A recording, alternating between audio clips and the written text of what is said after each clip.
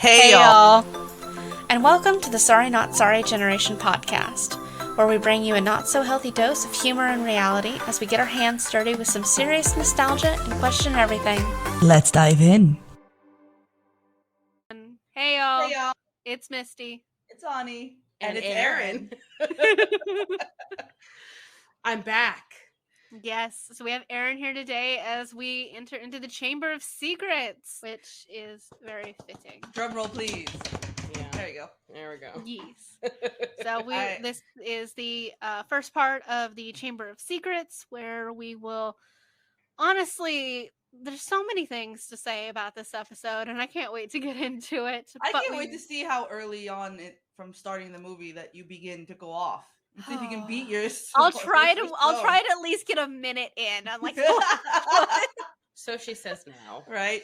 yeah, that's fair. That's fair. I have many things to say just based on the snakes. So, honestly, yeah. So, I haven't reread this book though, so like I'm definitely reaching. I don't think I've read this book in like a decade, so like we're definitely reaching into some backwards. I'm reaching pretty far back, and if at any point I say something with a lot of conviction that just isn't canon, it is because I've read it a lot of times in fan fiction. So like, don't judge me too hard. Your idea of canon has mixed in with fanfic. Look, I've been reading fan fiction for like 15 years. Like, there's a lot that's not real. But in all honesty, the fan fiction's so much better. So I believe you, and I'm lucky enough that I actually I started this year off reading this whole series. So yeah, we'll see how fresh it is in my head because this was all back in January. I read them all in like 3 days each. That's still a lot more recent than the last time I read Chamber of Secrets. But before that, it was like, oh god, 2007? Yeah, it'd been a while.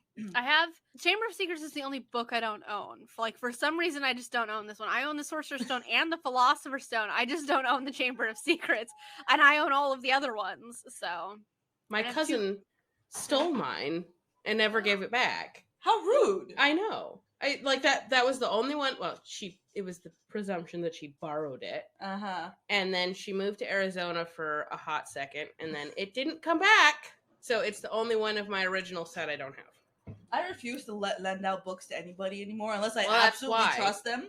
Because I have one book where I lent it out. I didn't get the same book back because they had destroyed it so badly that they ended up buying me a new one. I had another book. Yeah, I had another book where the person that I lent it to spilled yogurt on the pages and then proceeded to lick it off. Oh, what? What? Yeah. No. What kind of fungus grew off of that? She didn't know. Please tell me you throw it away. I still have it. Ew. Oh, okay. Well, the Petri dish is available for testing. There's an ecosystem on that now. Ew. The book is still fine. You could have gotten a PhD in biology from what grew on that. Oh. Gross. Yeah. Who was that? Oh.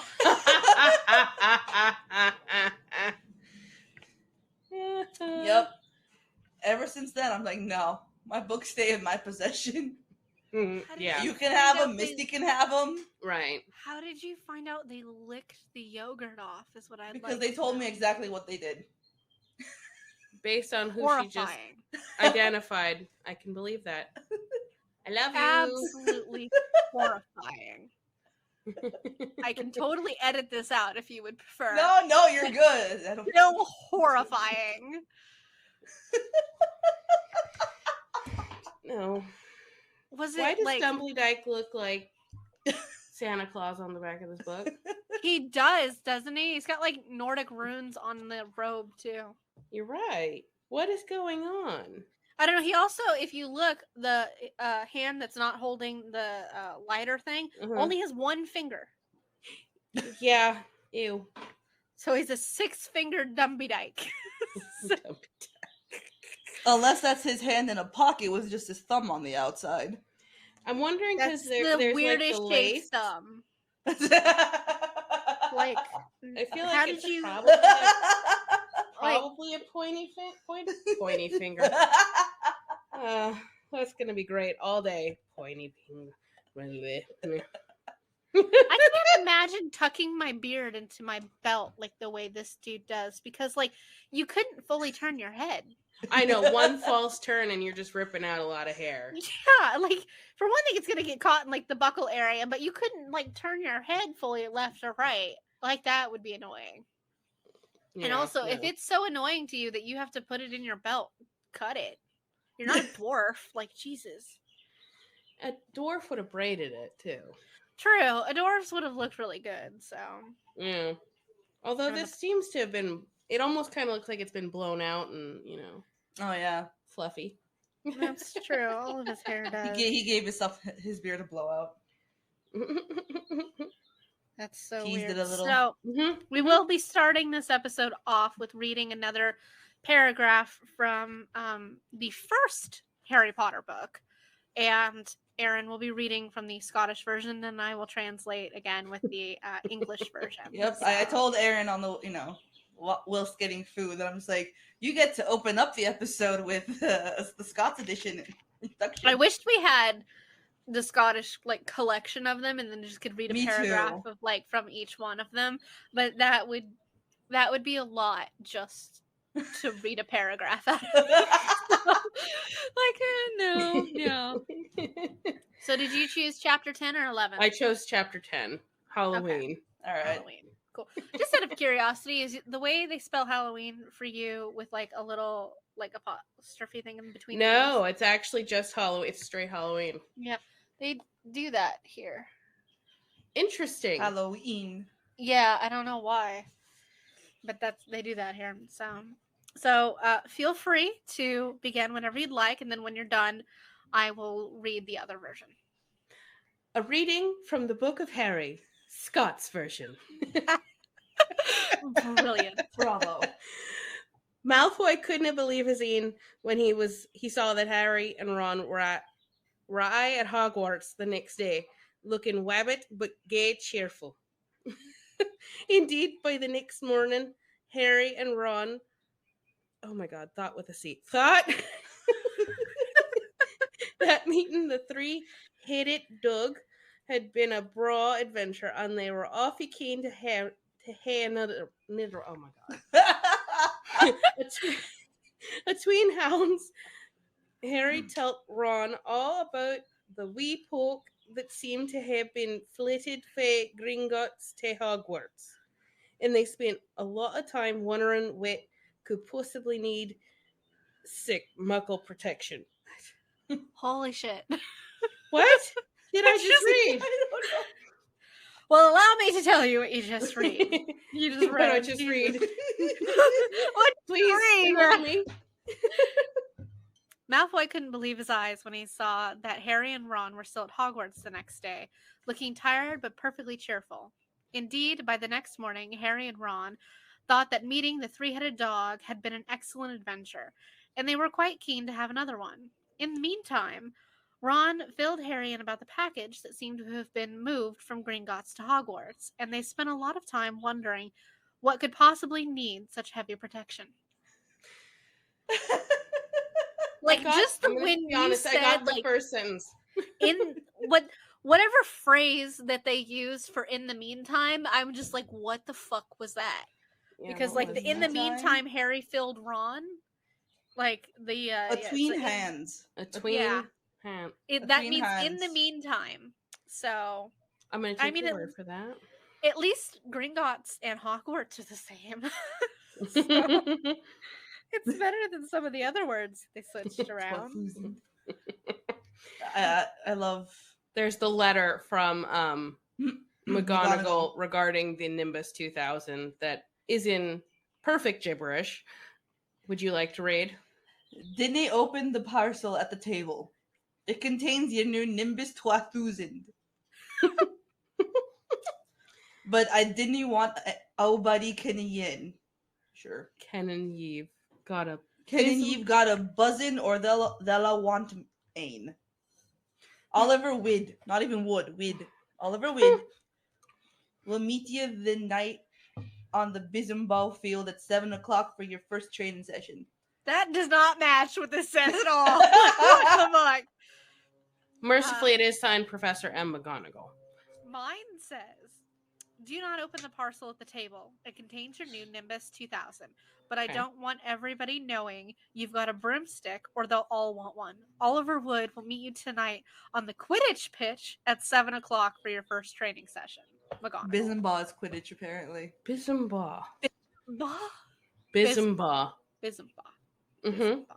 Really? Mm-hmm. So bism also means broom, because they're talking about it's not only only old broom bism. Oh God. Yeah, it's not. My brain is trying to put words in there that's not.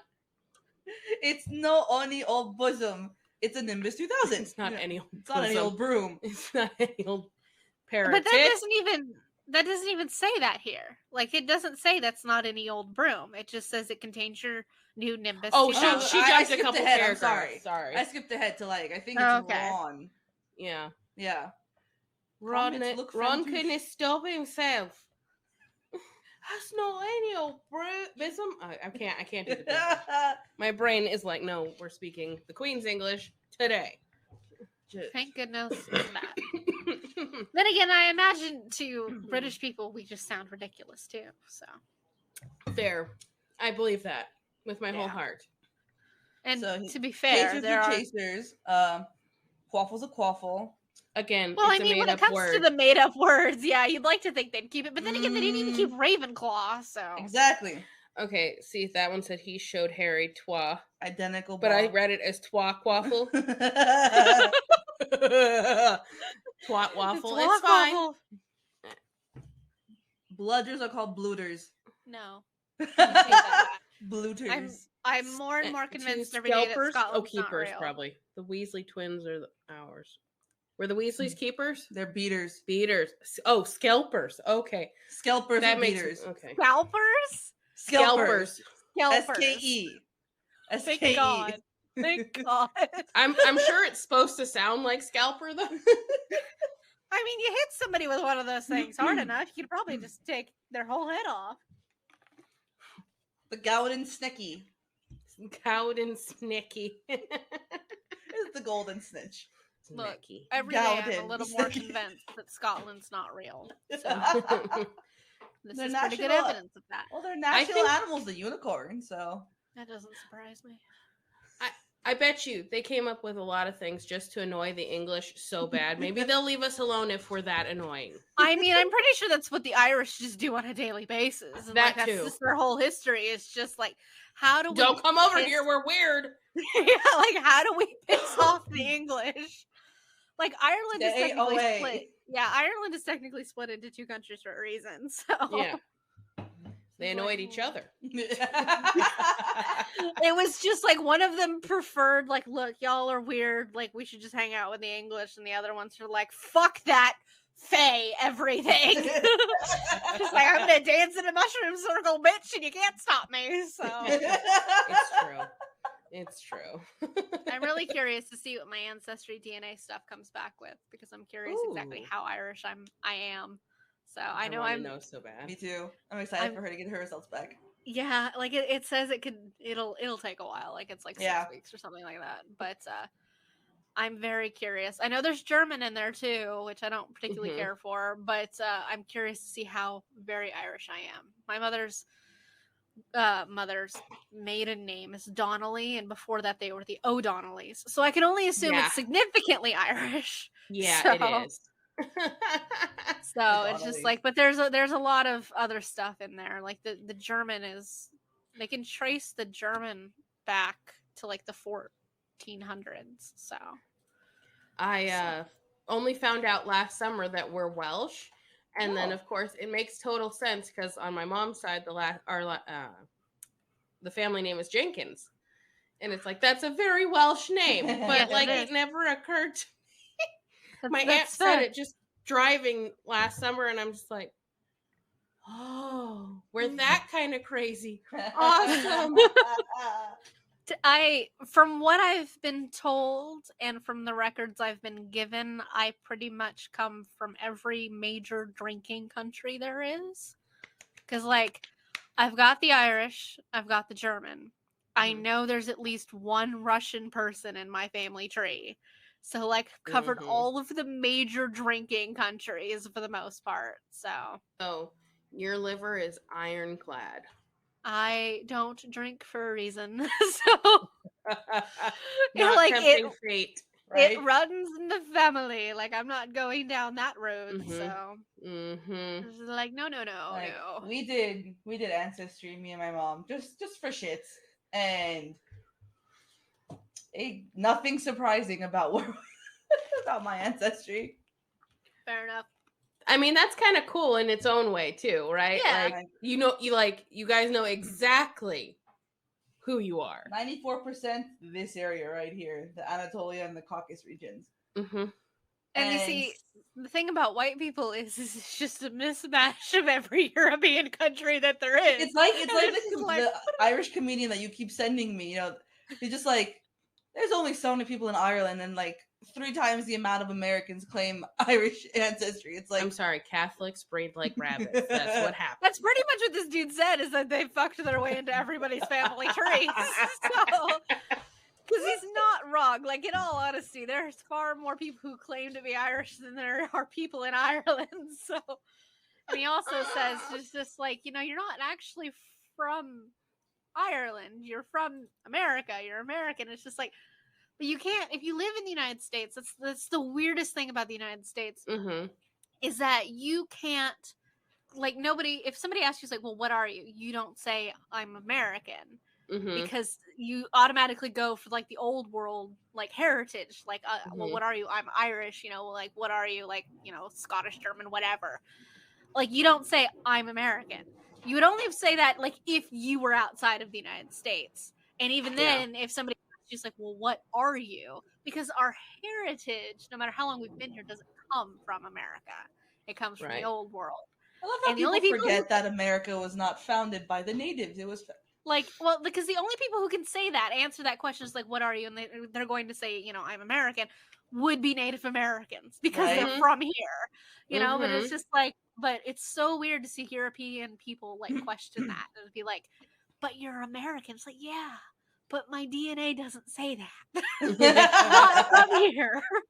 Like, not from here. Like, because I'm like, born here, I'm raised here, but my roots say I'm from somewhere else. Like, there's a difference between American, like, the culture and then the heritage. Like, we're all 3 of us are American in the culture because that's what we were born into, but none of us are American in heritage, because even like, if I can trace my family back to, like, even like during the time of the Declaration of Independence, I'm still not going to call myself, like, my heritage is American. Like, it doesn't work that way. Like, you say whatever country your people originated from, no matter where that is. So it's because Americans have no culture. I mean, in all honesty, it's one of the things that pisses me off. It's because, like, you look at other cultures and they'll have, like, traditions and, like, just, like, different, like, long-standing traditions of, like, traditional garbs and stuff like that that you wear, or, like, festival music, things, dances, festivities. Pilgrim wear is not traditional. No, it's not. No, it's not. But it's one of the things that pisses me off, and I think it's one of the reasons that people are so attached to, like, their old world heritage, is because they look for that. Because like, there's not really anything to cling to or to identify with that way here. So this is a very small tangent, but when I was in ballet and tap when I was really young, so I think this was the last year I did it, so maybe I was like 6 years old, and we were gonna do It's a Small World was our big recital thing, and I got the stinking cowboy. And now, don't get me wrong, I'm cute, but I wanted the Irish dress so bad because I didn't want the cowboy hat and the American flag skirt, but it's sequined. You gotta remember it's sequined. And I did not want as traditional of the American South, yes. Look, I lived in Texas for like 15 years. Everything is sequined. It's denim and it's sequined. I'll have to find the picture and send it to you guys. But yeah, no, I was not thrilled. Yeah, no. I understand that. I when I went to Disney World recently, and like they have the Small World and everything like that, and like the American like little figurines. Yeah, they're wearing cowboy and cowgirl outfits. Oh God! And I'm like, is that the best we could do? Like, yes. This is the best we could do. Like, that's an American cultural heritage outfit. That's what we got. And I think blue jeans are our other option. Yep.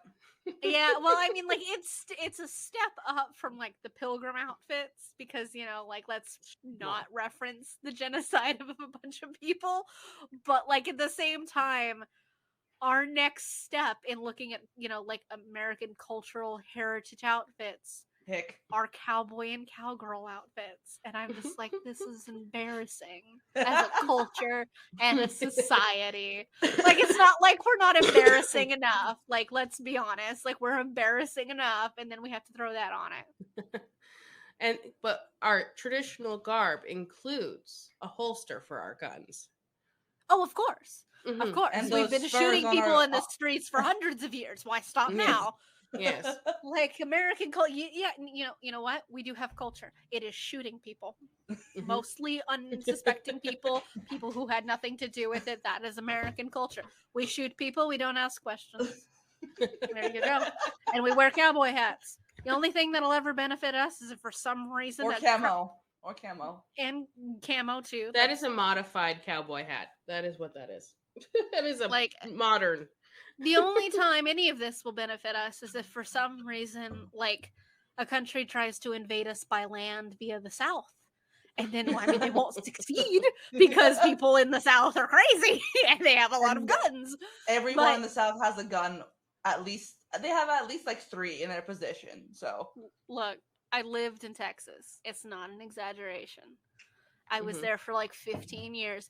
You got a gun, then you got a bigger gun, and then you have a bigger gun for your bigger gun. Like, that's all there is to it. Don't want them to be lonely. Yeah. And like, honestly, like, there's gun walls and gun racks, and there's like racks you put in the back of your truck, so you have your shotguns on display in your truck, and like, it's not an exaggeration. It's just not. Like, you want it to be. You really want it to be, but it's not. It's just fact. And it's really annoying, and it's a really stupid fact, but it is fact. So, because I mean, yeah, and it's just like the stereotypes of the South exist for a reason, and they're true. Like the whole America and like all of that. It's very present, even in a big city like Houston. Like, it was very present. It's also very present here in LA. Yeah, and which is. Look, California is like its own weird breed. Like, it's just all there is to it. Like, y'all weird in like a different, like, y'all weird in a different way.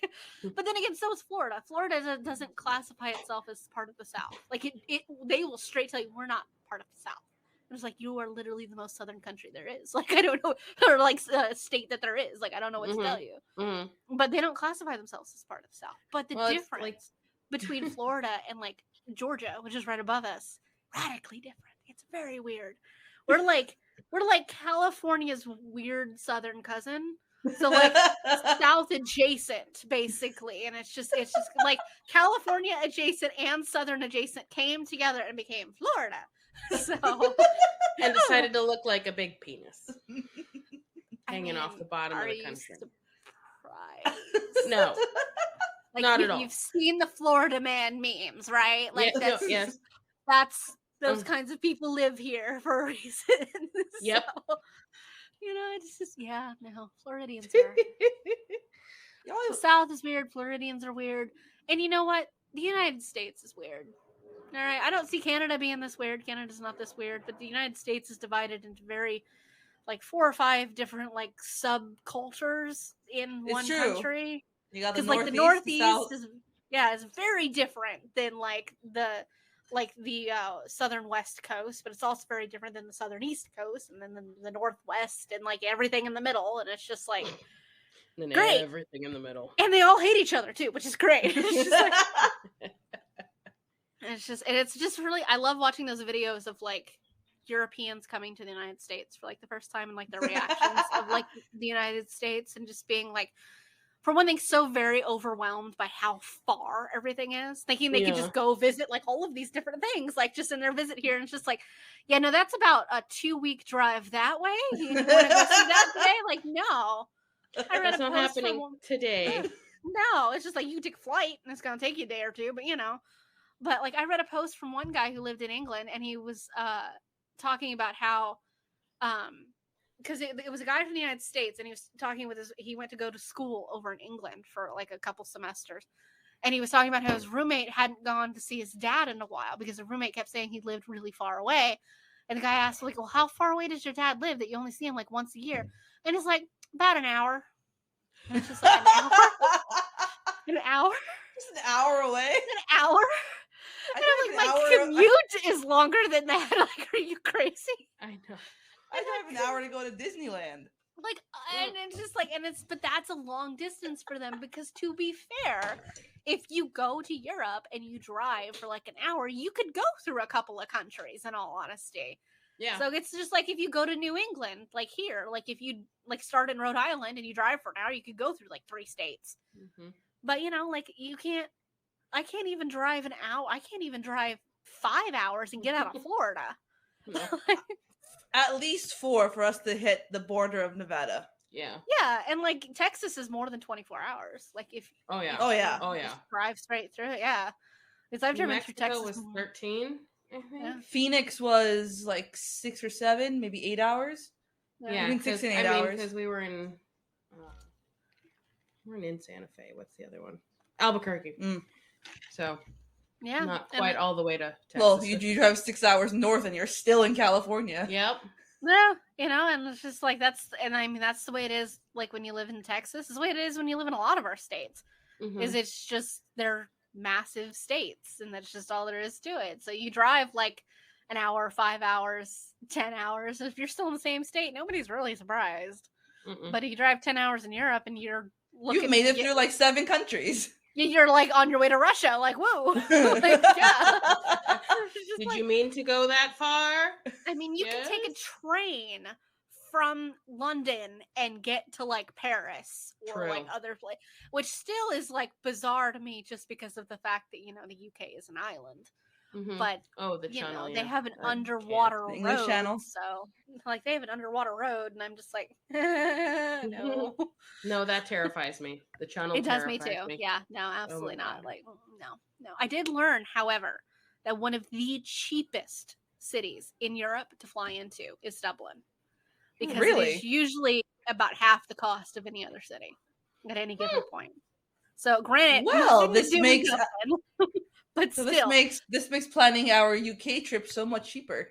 Yeah, like you fly into Dublin, like the flight from Florida into London is like $1,000, but a flight from Florida to Dublin is only about $500 at any given point. However, it's only like $50 to fly from Dublin to anywhere else. So, yeah, it's super cheap. I guess they get you with all to Europe. Yeah, like it's cheap. So, but the cheapest city that I've ever found to fly into at any given point is Dublin. All right. So, yeah. So it's just like, that's just something to keep in mind. So on that note, as we try to escape from the realities of the United States and this version of the multiverse, let's hop into Chamber of Secrets. All right. I will try to make it more than a minute into this movie before I go on any tangents. Though, to be fair, if I make it more than 10 seconds, we're doing better than the last one. So, because I think I made it a grand total of 3 seconds in the last one. So. Yeah. Mm-hmm. Although no regrets. I did tell Ani that it's very obvious, even though like that you have some concerns about the events of Harry Potter, you can tell right away that you like it a bajillion times more than Twilight. I'm pretty sure I like just about anything. Hatred. That's true. Except for, she tell you we're going to watch Star Wars at some point, the original ones? Yeah. Yes. Yeah. Okay. Look. We need to make sure we have, like, real Star Wars fans with me so I can just watch, like, the light die in their eyes as I go through this movie. She's not going to be nice. No, I know she's not going to be nice. I've met her.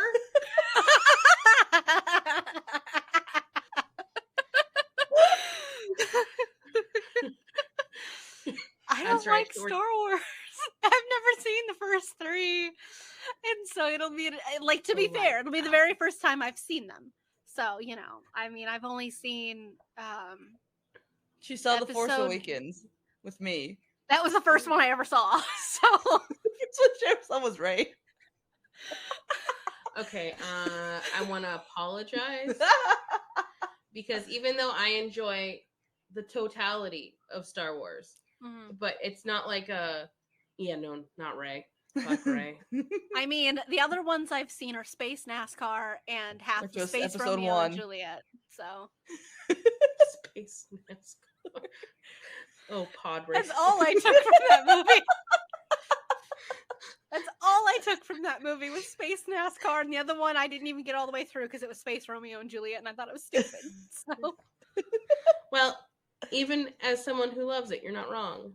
I didn't even like regular Juliet, Romeo and Juliet, let alone Space Romeo and Juliet. No, I really hate regular Romeo and Juliet. So do I. I hate Romeo and Juliet. Although the Baz Luhrmann one with Leonardo DiCaprio is just such a spectacle that you're just like... That's true. I've seen that movie so many times for the pure just joy of the insanity. I have that one on DVD, and it's just like I've watched it so many times. Fucking John Leguizamo in that. I know he was what, Tybalt? Yeah, and the it's like a black mariachi thing with no shirt and and I'm just like going, stop. My eyes can't take it. My ears. I would much rather have John Leguizamo in a nice blue sundress, than whatever the hell he was wearing in Romeo and Juliet. I mean, like I've never seen like a really good modern adaptation of Romeo and Juliet. We did. Stop little Latin boy. I say we for this, but I had nothing to do with it. But my high school put on Romeo and Juliet in a modern setting. And. Like, I went to go see it because, like, Mylin was in it, and I went to go see it, and she played Mercutio, but she played it as a boy, and people had no idea she was a girl, for the record, until, like, after the show, and, like, the cast would come out, and she took her hat off, and her hair was, like, down to her waist, and they're like, you're a dude? Or, like, you're a girl? We thought you were a dude. But that's the only reason I saw it, is because she was in it. So, because otherwise I can't stand Romeo and Juliet, so. Yeah. It's just like, okay. But yeah, so we at some point will watch Star Wars after the Harry Potter series, and I'm not looking forward to it, but y'all should be. So we are, and we are both excited to sit you down and make you watch some classic 80s and 90s films.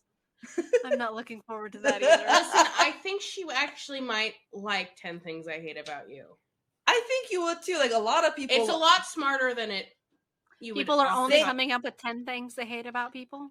It's an assignment. It has to do with an assignment in class, but that's only like 10? Right. Well, I guess this person was trying to be positive, but again, it's a lot smarter. So and it's Taming of the Shrew. So it's a little smarter. So is Legally Blonde. That's also really smart, and people don't give it enough credit. I'm really not looking forward to that one either. So, because I can't fucking stand. Start with 10. Yeah. I mean, plus just vintage Heath Ledger. And baby Joseph Gordon-Levitt. Yeah, that too. Y'all are talking to the wrong person. I do not stand. Like, I do not care. You're just gonna nod. Lucy's challenge begins now. How long can she last on this movie? It's just like, oh yeah, no, I don't usually watch movies that were made like before the 2000s anymore because I can't stand like the CGI and stuff like that. So Star Wars, the original ones, are gonna be real hard for me. And he's that Han Solo part with it. I mean, to be fair, like I understand what I'm expecting, and I watch really trashy, bad, movies for fun, like the Zombie Moose movie and stuff like that, and the Zombie Beaver movie and all that. But like the little moving the spaceship on a string as it goes across the screen, holy shit. But at least none of it's in black and white. So okay, let's start Harry Potter. Let's watch The Chamber of Secrets. Here we go. I do love how the intros to every single movie just gets gradually darker and darker and darker. I like the fact that they still classify these as children's books all the way up to the 7th one. It's just like, sure. I don't think so. It's like, how many people are dead? It started off with trying to kill a baby. I mean, come on. I feel like you could classify the first 3 as children's books, and then from there, they've got to be YA novels. Yeah. Yeah. So I think it should have just been. I mean, to be fair, J.K. Rowling did try to tell them ahead of time, like, look, people die. Like, people could die. So, yay, we made it to the minute mark, and I didn't go on a tangent. I have one, though. You have one? Have one? Of course you have one. I'll wait until the scene shows up. Letting Hedwig out of her cage is not magic. He doesn't have the key. He'd have to magic her. Oh, I never thought of it that way. I'm just like, it's an animal. Why is this cake from the 50s? I think because Petunia. Why is there no cake in it? It is all icing. Yeah. How is Hedwig not starved to death if they've kept her in the cage?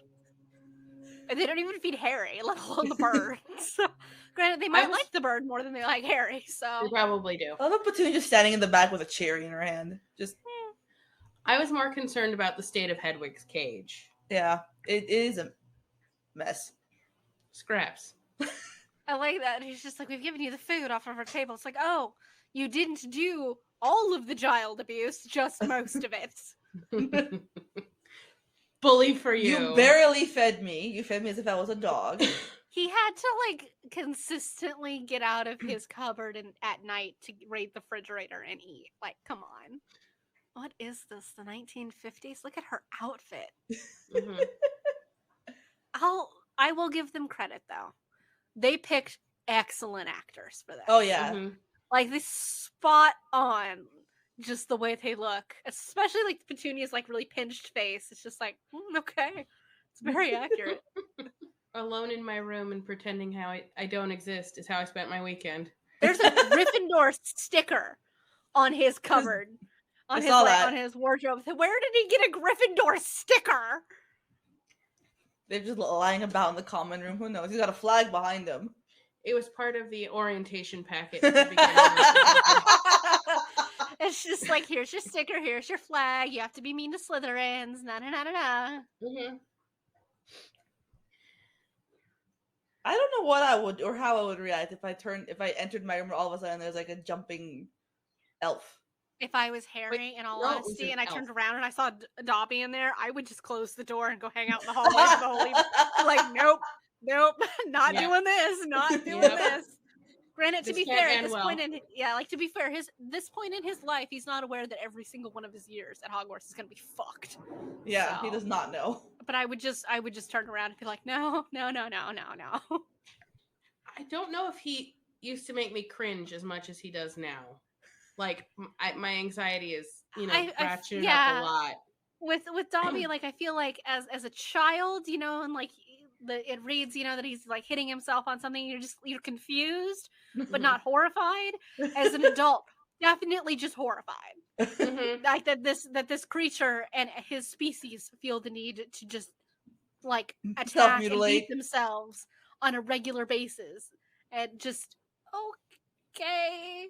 Yeah, because there's another scene where he's just like bandaged all over his fingers, like, I had to iron my hands. I'm like, why? And it's just like, no, you didn't. No, you didn't. What really annoyed me was the girl elf in the kitchens. Mm-hmm. That, Winky, yeah. I'm just like, you have got to get over this. Because if someone like Creature could get used to it, yeah, Winky could get used to it.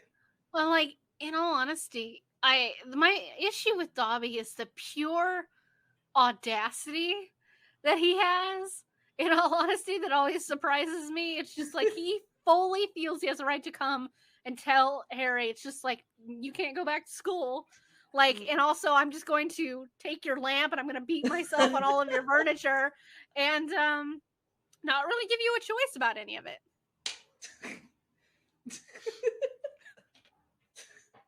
What are the odds that this is the night Dobby shows up? Like, what are the odds that this is, like, the one night that the Dursleys have people over? That's when Dobby shows up. I wonder if that's at some level he knew, because he's really good at, like... Well, he just admitted to stealing Harry's mail, so, like, right, so why maybe not? he does know that Ron said, hey, I'm coming to get you, and so that's why he had to act. And, like, Dobby... Had to. I like Dobby. I like him a lot. I especially like him, like, in the later books, because, like, at this point in time, he annoys the hell out of me, because he's just a meddling little shit who's making Harry's already terrible life much worse. But, seriously, that is just layers of icing. The joy on his face when he sees that I can make this worse. Yes. Die. And how does Dobby know that getting Harry in trouble will mean he doesn't go back to Hogwarts? Also, at this point, I'd also just, like, Dobby is just the man, like, promise you won't go back. I'd just be like, all right, fine, I won't. And then he'll just disappear, and then life will go back to normal. And then I'm on my way. Just lie, Harry. Like, Harry just is lie. What, 12? He's 12. I don't think he has the guile at that age. The look of horror on all their faces. Also, to be fair, I'm not sure that cake would have splattered on her like that. Also, again, there's no cake in it. It's just icing that's on her. I would be furious. I don't understand how he's friends with him later. I don't understand how I would have held that grudge on this one. My whole life. My whole life. Now, this is where my tangent begins. All right. Tangent starts when the bars are put on the window. 8 minutes in, bravo. First of all, they put bars on this child's window. He has not interacted with this window whatsoever. I don't know why they feel the need to put bars on the window, because nothing that happened has anything to do with the window. Secondly, their neighbors are watching them install bars on the windows, which they're just definitely going to think is really weird, especially considering it's the second floor. So there's no arguable reason that you could say, oh, well, we don't want anyone breaking in. These people thrive on what the public thinks of them, what their neighbors think of them. Petunia, in like the first couple pages, is talked about how she likes to like peek over the edges of the fence and like watch the neighbors for all of their gossip. They have to actively understand that putting bars on these windows is going to absolutely change the way their neighbors look at them. And it's just like, if they were already suspicious about what's happening, they're definitely suspicious now that only one room now has bars on the windows. All right, that's already weird enough. Now they lock Harry in his room, and they don't give him food, they don't give him anything. And the Weasleys, after not hearing from him for a whole summer, have to drive a car to pull the bars off of the windows to get him out, right? They effectively were ready and willing, like the Dursleys, to starve this child in a room to death. They don't feed him, they put bars on the windows. Like, first of all, if they did that to me, I would break the glass or just open the windows, because you could just open the window from the inside and then just start screaming for help, screaming for the police. Tell them I've been kidnapped. Like, anything is better than being in this room with no food, no water, no nothing, and not being allowed to leave. Somebody at some point has to just think to themselves, wow, this is weird that like this child is just in this room, because they could just look. Like, you could just look up and you could see Harry in the window. It's not like it's weirdly tinted or anything. You could just see this child on the other side of these bars in this window, and just know that this child is in this room with bars on its window. And no matter how, like, deranged or unhinged, like the Dursleys tell people that he is, people have met Harry. People in this neighborhood have met Harry. Like, people at his school have met Harry. They understand he's not a deranged lunatic who's out to murder people. He's also 12. You know, so there's that. Now, this is where it gets really interesting, is Dumbledore's spies live in this neighborhood, including the Squib lady with all of the cats. Yeah, Mrs. Squib. Whatever her actual name is. She lives here. She can see this. Now, she knows who Harry is. She also reports directly to Dumbledore. So at some point, she has to tell Dumbledore, yeah, the Dursleys seem like they're locking Harry in his room and putting bars on his windows, and he just stands at the window staring out into the street all day. That's kind of weird, don't you think? And Dumbledore would have to be like, nah, it's fine. It's cool. What would have happened if Harry hadn't shown up to school the first day? Like, he would have had to have acknowledged the fact that, hey, I let you sit in your Where room the all fuck is summer Harry? with no food. Right? Yeah, He's like, where is he? Where's Harry? And then at that point, they'd be like, well, yeah, like he'd have to ask his friends and like, well, he didn't write to us all summer. And like, he never got back in contact with us. And we don't know how to get a hold of him. And there's bars on his windows. And it's just like, at that point, you'd have to think, oh, no, he's just dead. He's just dead. Like, you left him in this extremely abusive household for however long. And there's bars on his windows. They're not feeding him. He's not responding to any of the letters. You just kind of have to assume he's dead. And the Dursleys probably killed him. But then again, McGonnagall could have told you that after watching them for a couple of hours. Don't you think?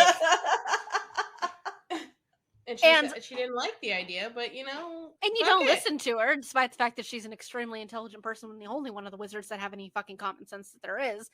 And another thing I will note as an inconsistency is I believe it's in the books, and I think in the movie too, McGonagall mentions of having watched the Dursleys all day. She says it in the beginning of the first movie. She's like, I watched them for hours. Yeah. And I think she also says it in the book. So like it's been vocalized. She watched them that day before Harry showed up. Like they brought Harry there. So at that point you have to assume, because Harry's parents died on October 31st. So you have to assume that she watched them all of November 1st, right? Mm-hmm. And then Hagrid brings Harry on the evening of November 1st. Where was Harry for upwards of 12 hours? His parents died the night before, and they didn't bring him to the Dursleys until that night. Where was Harry? Because Hagrid went and got Harry from Sirius at the house. It didn't take him 12 hours to fly on a motorbike anywhere in England. And I noticed that the other day. Yeah. Unless they just literally had him hide out for a couple of hours to, maybe throw him scent off. Now, I'd like to assume that maybe they just, they took Harry for medical attention or something, and it took a couple hours. No. But, no. Because, that would require common sense and logic and, care for Harry's well-being. So I'm just going to assume no. But it's that first day when, Sirius is off looking for Peter. And I think it says somewhere in one of the books that it takes, a couple days before Sirius finds Peter. So, there's a whole minimum of a 12-hour gap from the night that Harry's parents die to the time in which Hagrid brings Harry to the Dursleys' house. And you have to imagine that baby was just stuffed into that sidecar and just here, sit there. Who took care of Harry in those few hours? Who fed him? Who changed him? Who gave him anything? Oh no, they dropped him off with a full diaper. Yep. What happened in those 12 hours? Because something had to have happened, and Hagrid was definitely not flying for 12 hours because you could fly for 12 hours and get to the other side of Europe. You can maybe not in a motorbike, but you can get out of England. So, and it's specifically stated that Godric's Hollow is somewhere in England, and that's where his parents were. So, what the fuck happened for those 12 hours? And no matter what happens, whether it's Dumbledore or it's the Dursleys, Harry's just had nothing but abuse since the day his parents died. Yes. This poor child. So there we go. I saw that plot hole while listening and editing the episode. So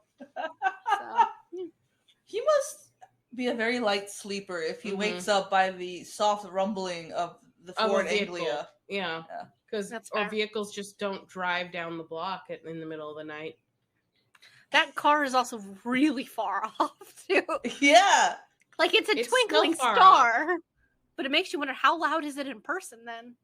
And then why hasn't everyone else's lights flipped on? There's no space between those houses. And when they turn around, their lights are going into someone else's bedroom. Yep. Also, imagine the horror that must process through Fred, George, and Ron at showing up at Harry's house and seeing bars on the windows. Their friend has effectively been in jail for however long. I just can't imagine, But I love how they come prepared. He has a giant fucking hook. Where did he get that? Why did he bring it? He hasn't gotten letters from Harry all summer. He's aware of the fact that there's oh my god, look at how old that decor is. And look how many locks they have to take off this kid's door. There's so many locks. I also want to know why they're so adamant about keeping him away from Hogwarts. I know, don't they hate him? Let him go.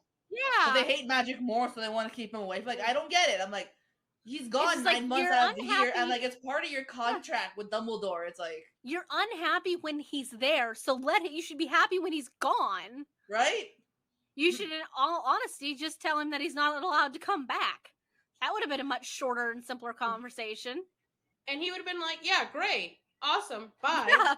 He would have gone to Dumbledore and be like, "Hey, with the Dursley, I mean, with the Weasleys, it's fine by me." He could have gone to Dumbledore and be like, "Hey, yeah, they won't let me come back," and then that's when Dumbledore would send people to modify the Dursleys' memories. But seriously, after all that noise, ripping off the bars and Vernon falling out the window, how is no one's lights on?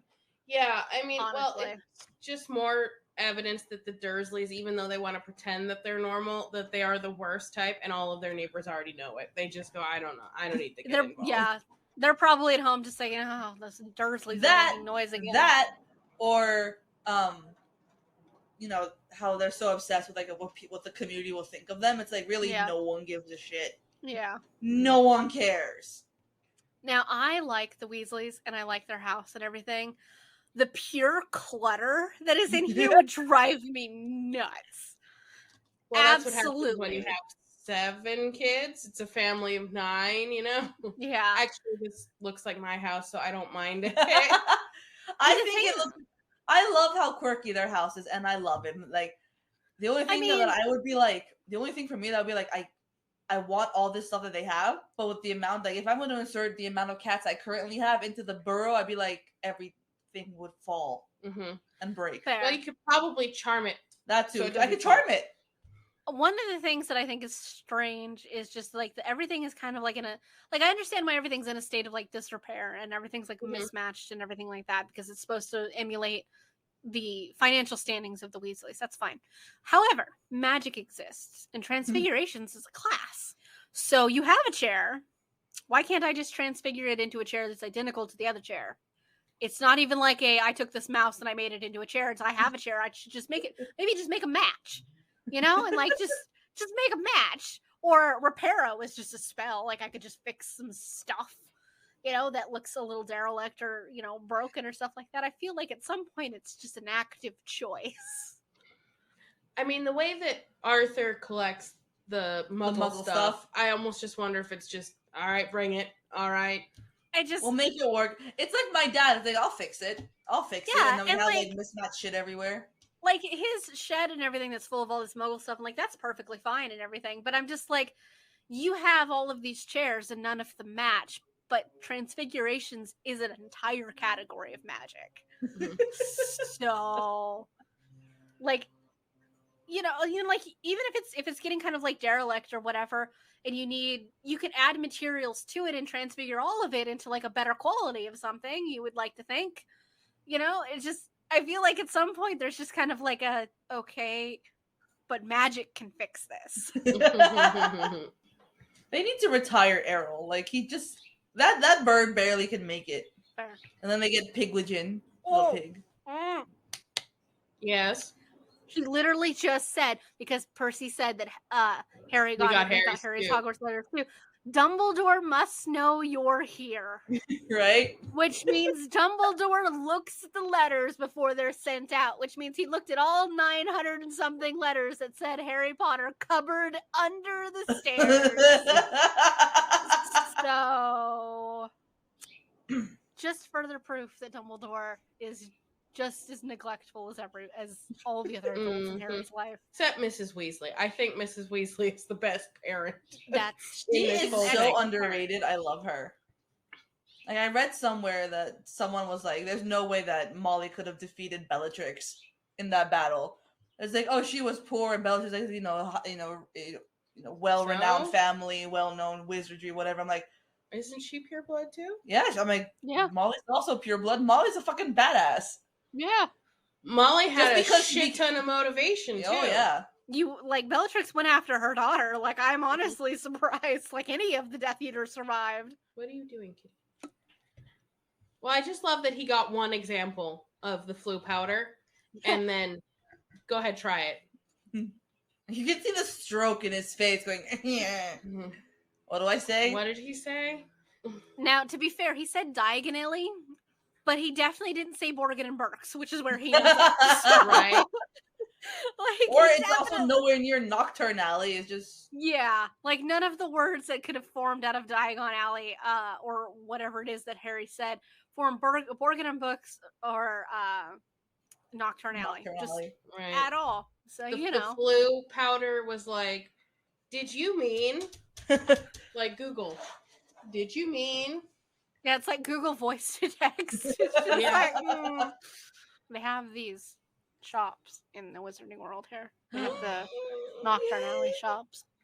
Harry, why are you touching dangerous magical items? You know that would be me. The stupid thing is it's on a pedestal. Just fucking pick your hand up, Harry, and take the whole goddamn thing with you. I think we've established he's not really the smartest. Oh, Harry has as little common sense as any wizard. So that's how you know he's going to be a good wizard. There's no common sense.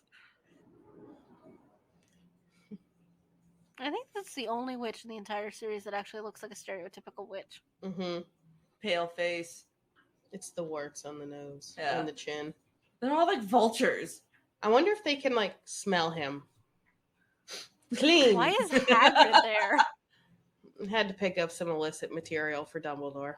Some pesticide, I guess. Something to feed something. Yeah. Well, at least he asks. Fair. I go flesh-eating slug repellent. That's a lie. It's an absolute lie. Probably trying to find another. Why do they have to wear the Hogwarts cloaks? Like, what? Why? What is the point of that? They're not wearing the uniforms. Wouldn't you want to wear it as often as you could? Not if I actually went. I didn't want to wear my school uniforms ever. I would definitely have purchased additional cloaks that were much nicer and fancier and more like Snape billowy, so that I could be walking around at any point in free time just billowy as possible. Like, seriously, if I don't get to wear a giant cape and a castle and walk around in it and just like flounce around the way Snape does, what's the point of my life? Right? There is none. Exactly. And here comes Lockhart, aka Hamlet. Still not the worst professor that they had, to be right. This is the dumbest. He's not even an idiot either. He's great at memory charms. I think the dumbest one that they had was probably Umbridge, I guess. She was probably the most all-around worst. Yeah. All-around worst, yeah. I mean, she used blood magic on a bunch of students, so... Did no one want to wipe his face a little? Did nobody want to pick up that shelf of pile of books that is absolutely only held together with glue? And that's the only reason they're not falling? And there's our Draco all grown up. Yeah, but you're still really interested, Malfoy. You try to play it cool, but you're totally still interested. Right. See, now it does still bother me that he's also wearing the Hogwarts cloak, because you know the Malfoys have got like some silk cloak bullshit going on. Mm-hmm. I love how Molly's like, I will get all of your books signed for you, and he's like, well, I don't give a fuck. He's like, well, she was literally straightening her hair earlier, so like... But not wiping the dirt off, the flu powder off of anybody. Right? Jelly much. Why is her face so dirty? And that's what everyone was saying, like, because they all traveled via flu powder, and Molly didn't even bother wiping their faces. Like, there's gotta be, like, a simple cleaning spell. Like, seriously, at some point, the dirt and, like, the poor look is just on purpose. Like, it doesn't even take magic just to wipe your face off. Daddy touched you there. Daddy Voldemort touched you there. The light just left Misty's eyes, by the way.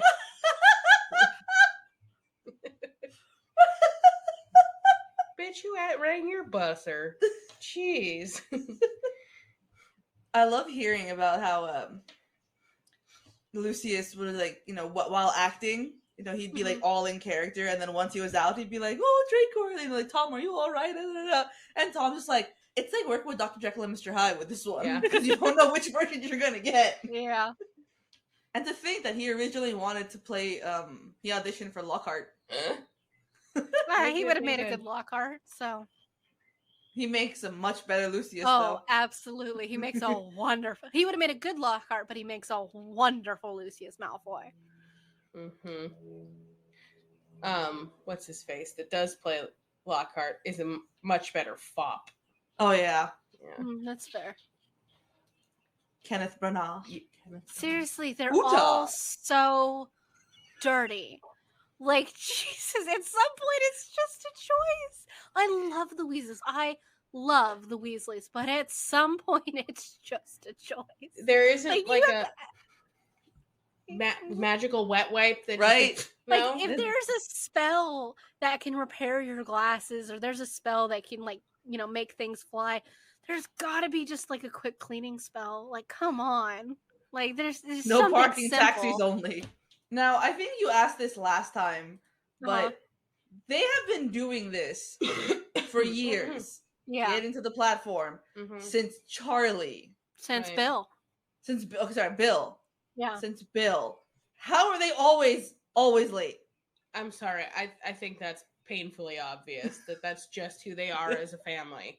Is late. It's like, look, like I said, I love the Weasleys. I love all of the Weasleys, but at some point, like, it's just a choice for your chaos. Yeah. Like, at some point, it's just a choice. It's your choice not to wipe your own face. Like, how do you not manage magic time?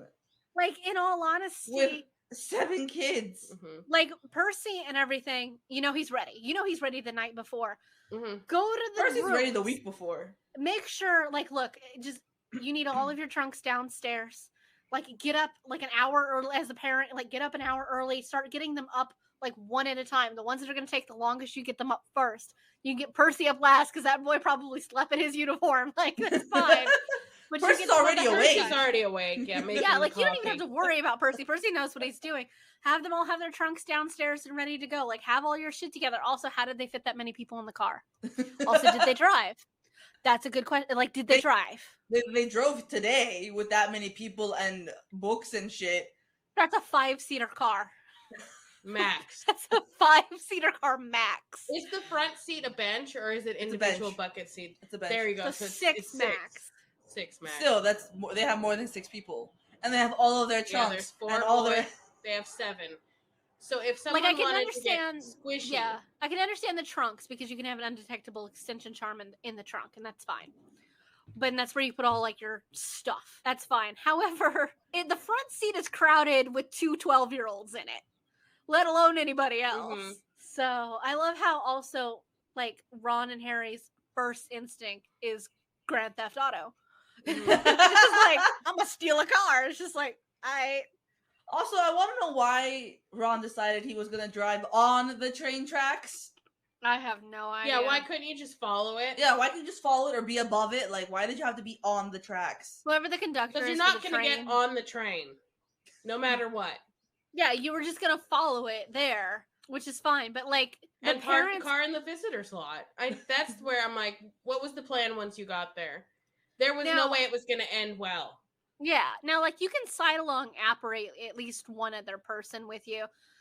I have no doubt that, like, you could have just individually apparated the children at different times. Like, Percy would have been ready first thing in the morning. Just pop in and pop out at platform 9 3/4. Drop him off, let him do his thing.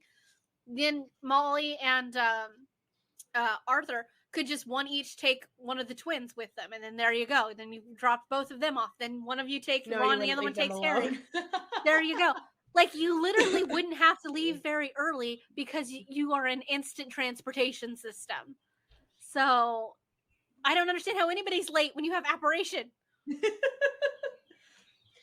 I have a friend who would always be constantly late, even with apparition. Why does Ron know how to drive at 12? Does he, though? Fair enough. I guess in a fun... Oh. Poor Ron.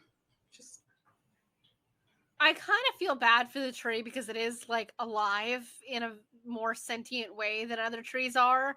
That has to hurt, having an entire car crash into you. Filled with idiot children. Mm-hmm. That's why it starts beating How on did them. he break the wand? When did he pull it out? He was yelling at the steering wheel to stop, and he was hitting the steering wheel with his wand. Oh, yes, the magical spell stop. I forgot about that. Right up there with Sunshine Daisy's lemon, buttermellow, yellow, whatever, make this fat rat yellow. I actually side with Tree on this one. Like, you literally landed in me, broke a bunch of my branches. I'm gonna crush you now. And I love how, like, after this, the car just, like, get the fuck out of me. The car's mad, too. Like, I'd be mad, too. Like, look what you guys got done to it. Also, very bendy tree. Yeah. Mm-hmm. That tree fully, like, folds in half. And there's the car ejecting them out. Goodbye and good riddance. Take your pigeon. Get away from me. It sound. Yeah. Like, if I was Hedwig, I would not talk to Harry for at least a couple days, because it'd be like, I got jostled around. Yeah. I got thrown into a brick wall. I got beaten in a car. Like, Like, the amount of owl treats that he owes Hedwig is ridiculous. Your dad was gonna kill you already, Ron. Like, holy shit, you stole a car. Also, I love how he says his dad. And not his mom. No, his dad will be so proud. Yeah. His dad will be like, what the fuck? But his mom is just gonna murder him, so.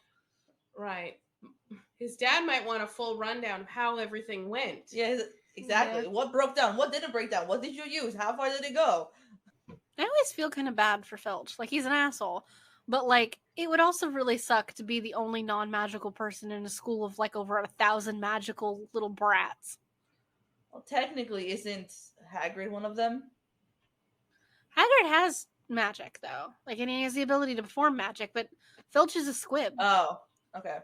So, like, he has to be literally in a place where a bunch of people get to learn magic in a world that he'll never actually get to really be a part of. Oh, which book was it in where... I think it was in the third one. When he's in the, Filch's office trying to get the Marauders map or something. Mm-hmm. And he sees a bunch of papers for, like, learn magic quick or whatever. And I feel bad for him because, like, imagine if it was one of us and you had to work at a magical school, but you didn't get to learn any magic or do any magic. How much that would suck. Mm-hmm. And you do it for decades. And a bunch of little kids that make fun of you all the time. Like, he's an asshole, but, like, I get it. But also, it's a choice at that point, right? It is. He could go I definitely wouldn't work there. Yeah, like, yeah. Why would I do that to myself? But then again, what do you have on your resume for the last, like, however long he's worked here? True. Mm-hmm. So, they can drive a car through downtown London, flying. And that's not worth the attention of the Ministry of Magic. However, Harry defends himself and his cousin from certain death, and it almost gets him expelled and thrown into Azkaban. Yep. And I love her so much. Professor Sprout? I love Professor Sprout. Have you seen interviews of her? Like, she's crazy. She's got such a mouth on her. She wild. She wild. I love her. Mm-hmm. I'm like, who let her around these young, impressionable children? I mean, it probably made them better people. Isn't she the one who had a house or whatever that was being used to film porn or something like that for a while? Like, she owned 2 properties. Yeah, she owned, like, 2 properties. And the one she was renting out to somebody, like, the police showed up to her actual residence and were like, are you having, like, porn filmed in this residence? She's like, what the fuck are you talking about? And it turns out that the people that were renting it from her were, like, filming pornos in there. All right. I love that came out in an interview she was doing sitting next to Daniel Radcliffe. Oh, she doesn't care. No, she does not care. How do you neglect earmuffs? Just, like, not accept them blocking out sound?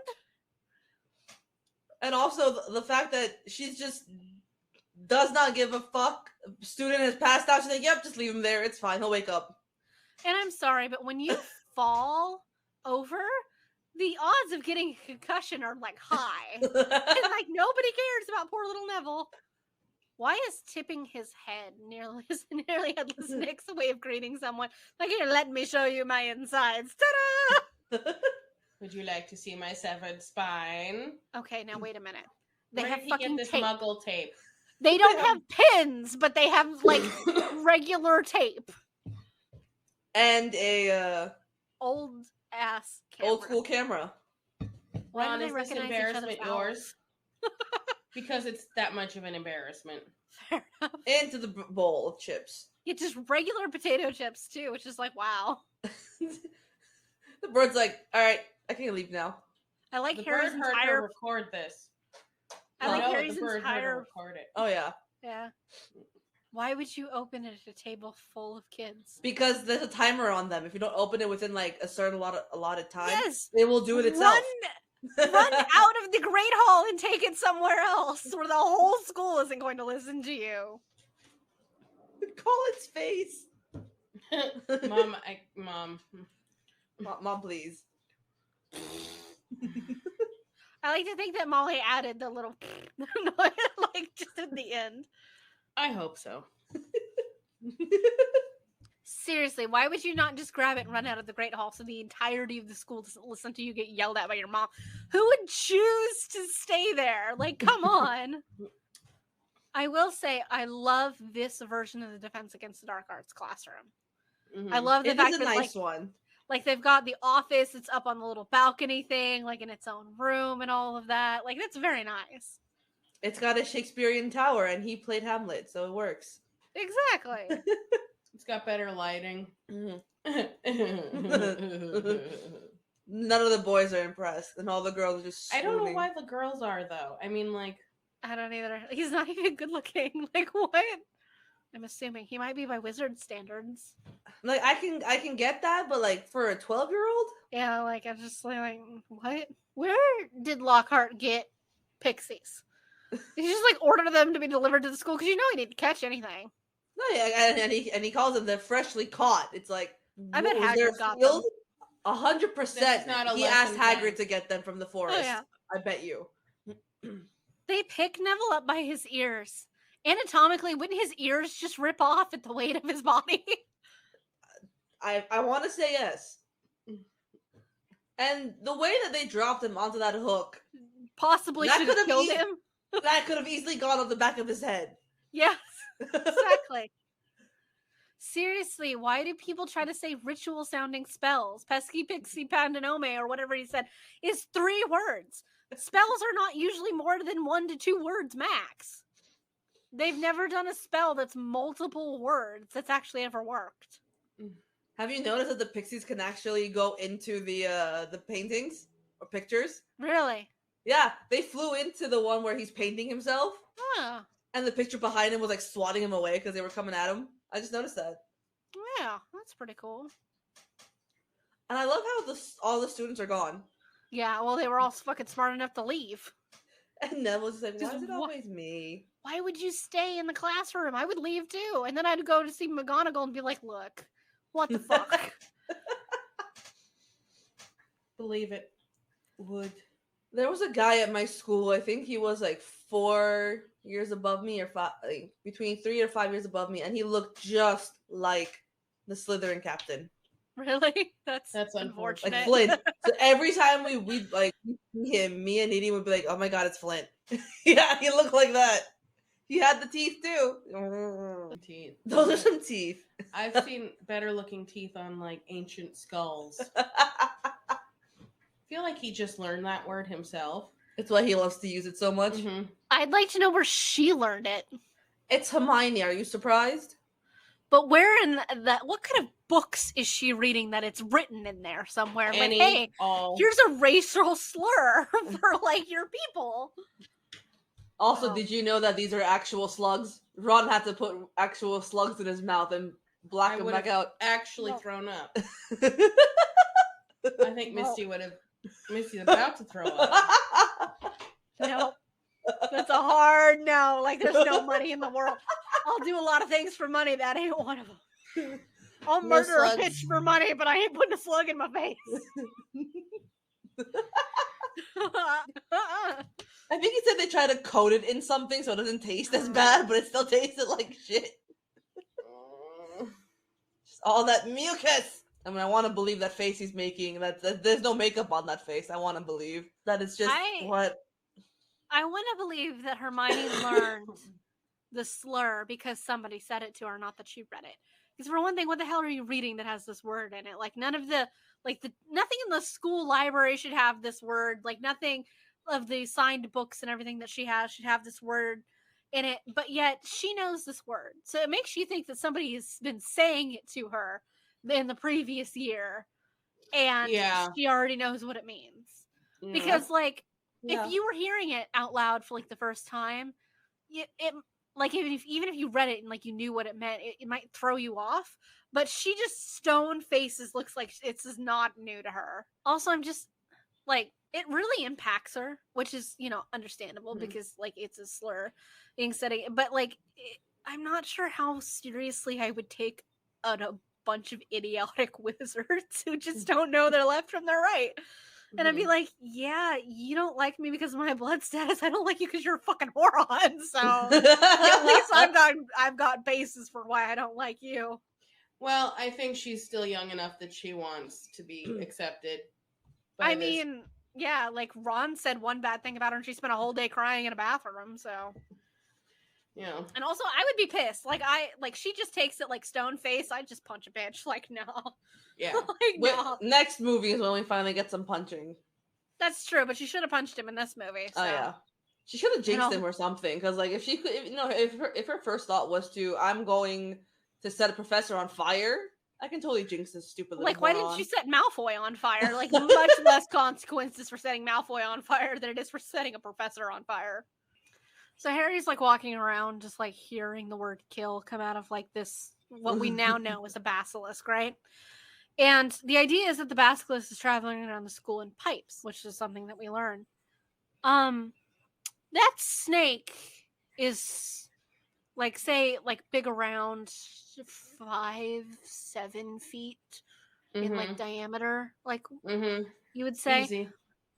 Easily at least, like, 7, like, feet in diameter and all that. With the hard bone how big are the pipes in the head. school?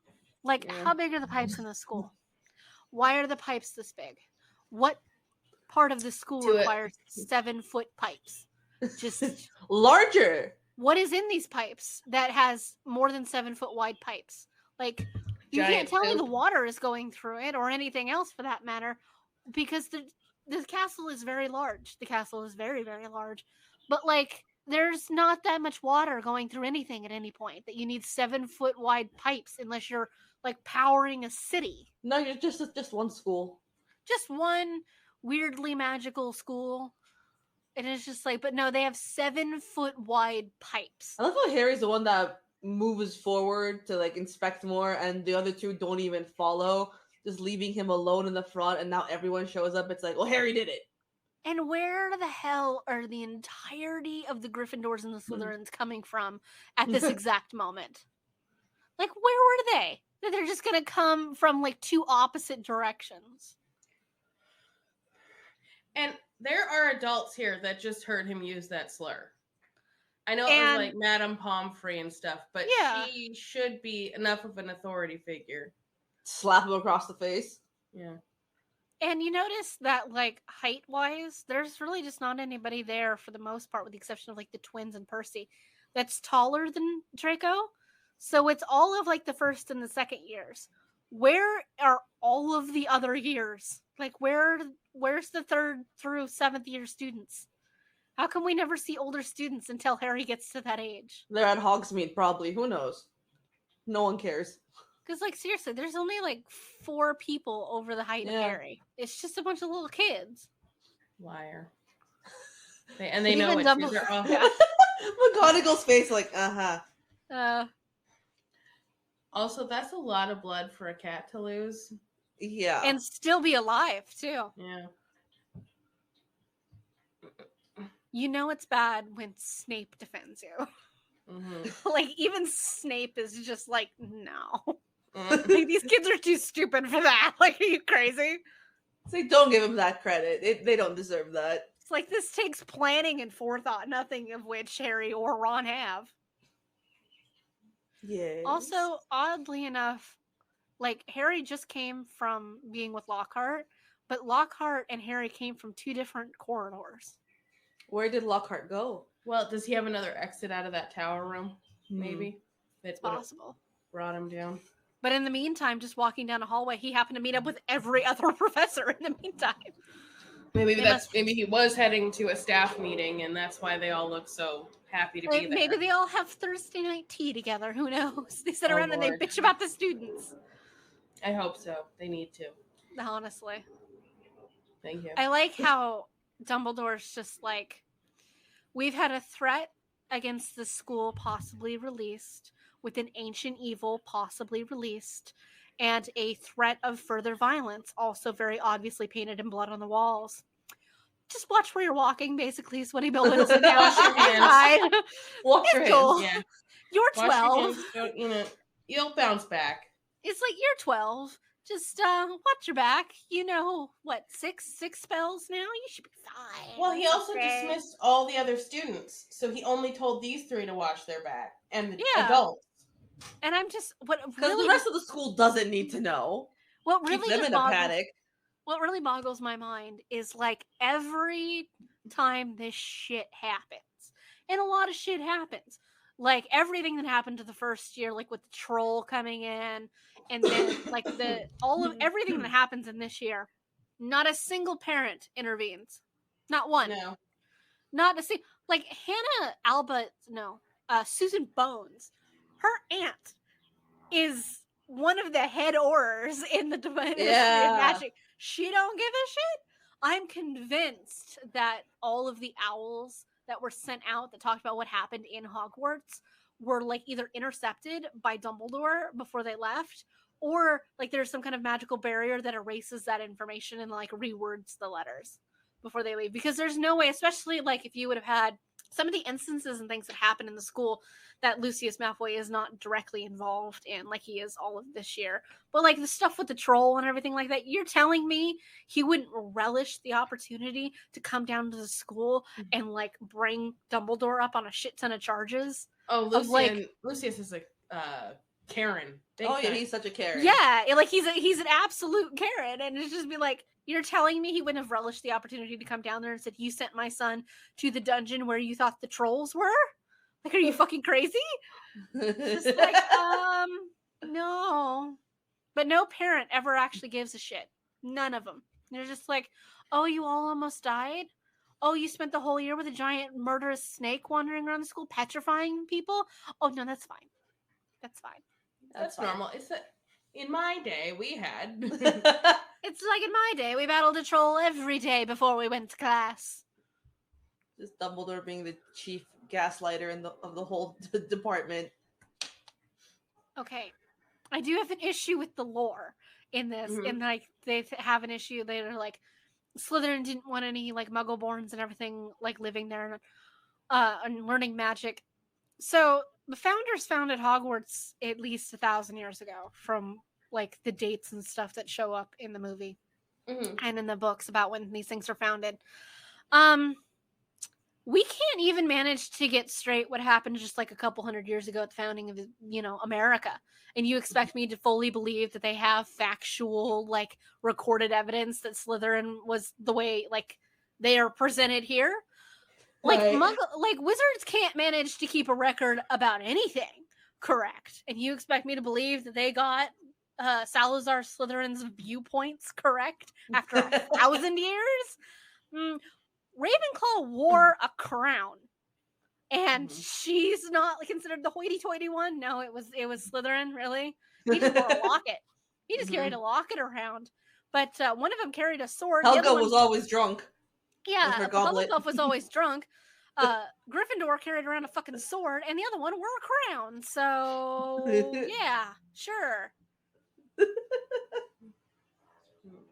I want to know why the book containing the spell for the Polyjuice Potion is in a regular section of the library and not in the restricted section. I mean, wizards clearly don't have any common sense. So what's in the restricted section is probably just like basic information that shouldn't be restricted. Like Merlin being a Slytherin, for one thing, is probably in there. How not to steal a car and get caught. Common sense 101. Common sense 101. How to file wizard taxes. How to file wizard taxes. How to just, basic common sense and safety spells, like how not to fall off a broom, just pins and other Muggle inventions that will help from the last 200, 300 years. Things like that. As much as I like the idea of writing with a quill, like, for one thing, my handwriting's bad enough. But, like, the pure stupidity of carrying around a bunch of ink and a feather when you could just have a pen. Yeah. If I went to Hogwarts, I'd make such a mess. My bag would be covered in ink all the time because I'd like constantly your hands, dirty hands. Especially for like left-handed people, just as the ink just smears across the page. And I would either have to, It also drives me crazy because like if with a pen I can just keep going and going and going if I have like a time constraint for an essay, but with a fucking like quill I have to like I'm writing it and like it's out of ink. Like, I fucking dip it again. Like by that like time, my thoughts already gone. My thoughts already gone. Yeah, like every 3 words. Like I would start like an underground like store where I would sell pens and pencils to people, like $1 each. Just like you'd make money like that. She'd be buy the really cheap merchandise crew. Yeah. Buy the really cheap pens that run out of ink quickly, so people like have to keep coming back. I'm just like, there you go. Or I would just get one of those quills that like writes for you, which I feel like would be more chaotic because it would go like straight from your thoughts onto the page, and I'd have to proofread it because like stray thoughts would be peppering my essay. And it's just like, well, the origins of the polyjuice potion, and I wonder if I could turn this cat yellow. Like, Ron, you just used your defective wand to try to have Malfoy eat slugs, and you ended up vomiting them. What makes you think you're going to be of any use to Harry? Also, again, the audacity of Dobby going like, yeah, I'm going to send a bludger after him. Yeah. This bludger is doing some structural damage. And I'm just like, how much more could it take?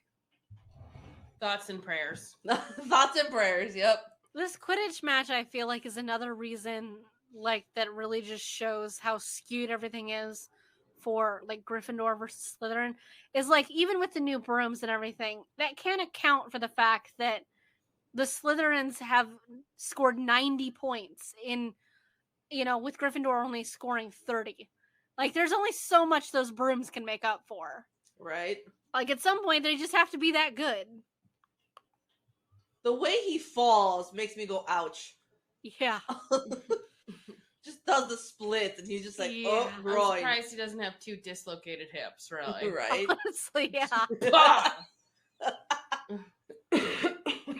Harry is such a typical dude at like this point where he's just like, oh, I think I broke my arm. It's fine. I'm gonna keep going. I'm gonna win the game. Hagrid's just like, Hermione really just throwing out just spells, just explosive fire spells in every movie at Quidditch games.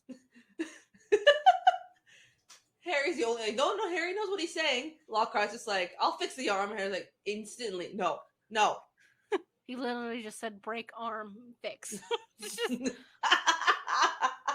I love how everyone, No, it can't happen. Okay, but like removing the bone doesn't remove the sensors of pain in your arm. Like, I would definitely feel you folding my flesh in half. The shit. Yeah, Harry wanted to be brought straight to you. The shit this woman must see. Like, Madame Pomfrey must just see some shit. Because little children with magic and an imagination just can't be good. I'm sure she's seen a fair share of, little boys coming and going, make it bigger. Can you imagine having to regrow all the bones in your arm? No thanks. I mean, magically aided or no. I mean, like, no. You'd be writhing in agony. Like, how is he so calm? Like, so Dobby's much worse arrived. Than the fake noise. I would punch Dobby in the face. Like, once I found out that he's the reason my arm has to be regrown, like, I would just punch him in the face. I would take my limp flesh limb.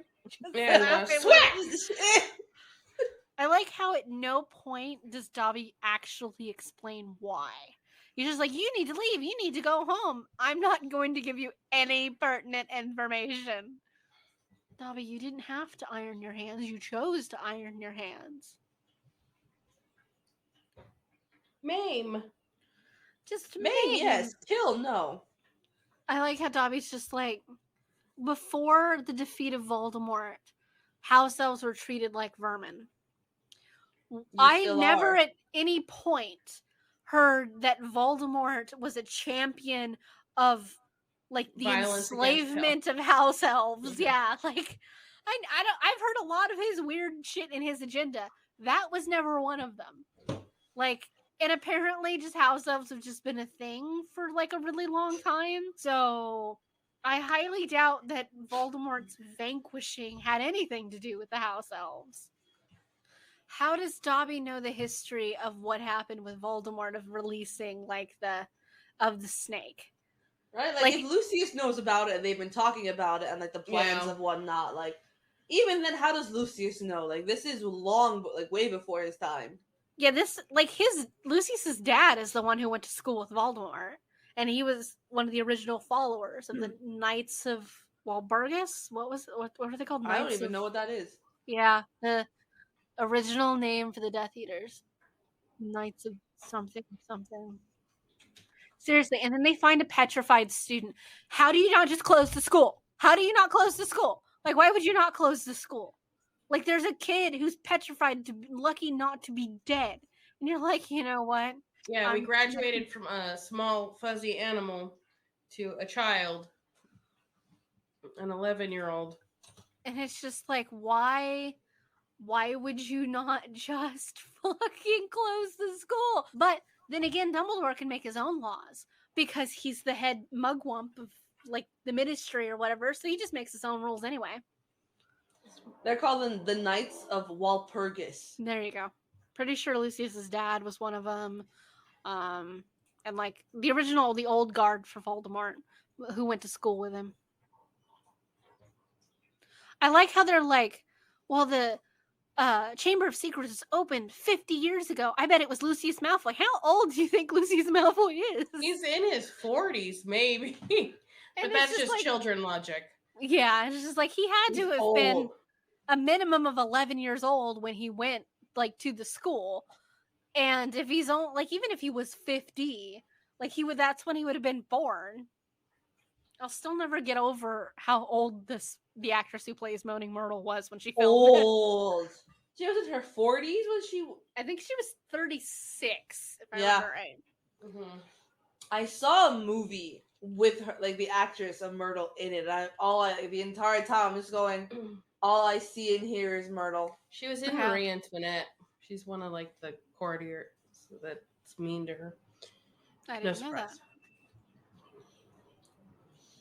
Why are you wearing your cloak like that? Honestly, I wouldn't mind it. It's a different kind of dramatic flair.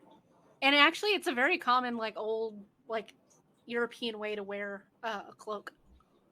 For nobles, you wear it over, like, the half shoulder kind of a thing. Mm-hmm.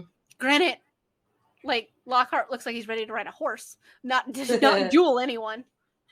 Or, not jousting. Fencing. Fencing. Yeah. It looks like fencing, yeah. And also, Dumbledore is the one who, like, said to Lockhart, restart the dueling club. So your idea, as children are starting to get petrified, is to leave the school open, but teach them how to fight.